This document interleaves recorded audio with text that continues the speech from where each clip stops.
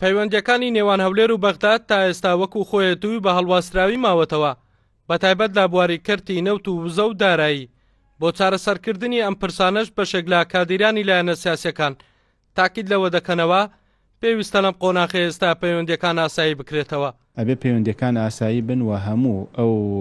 پەیوەندیانی کە هەبوون لە بواری نەوت، لە بواری میزانیە، لە بواری سەحا کە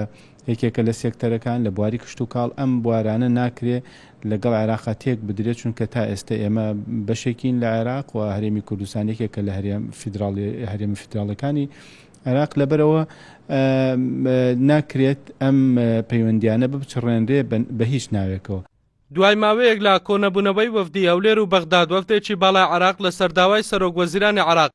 هاتە هەولێر و لەگەڵ سەرۆکایەتی ئەنجومەنی وەزیران کۆبوونەوە. لا کۆبوونەوەکەدا پێشنیاری تازە کراوە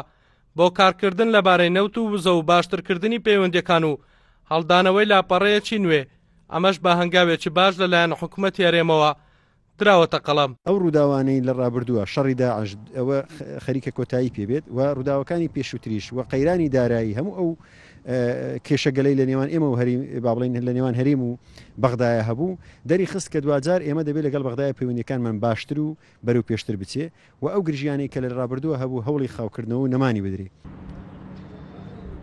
باوتەی لێ پرسراوانی هەرێمی کوردستان هەولێر و بەغداد لەم قۆناغی ئێستا گفتوگۆکانیان بەردەوامی پێدەدەن لە بواری کەرتی نەوت و وزە با مەبەستی دۆزینەوەی ڕێگە چارەسەر و چارەسەرکردنی کێشەکانی نێوان هەردوو لا. هەڵگورد ئەحمەد کورساد نیوز هەولێر.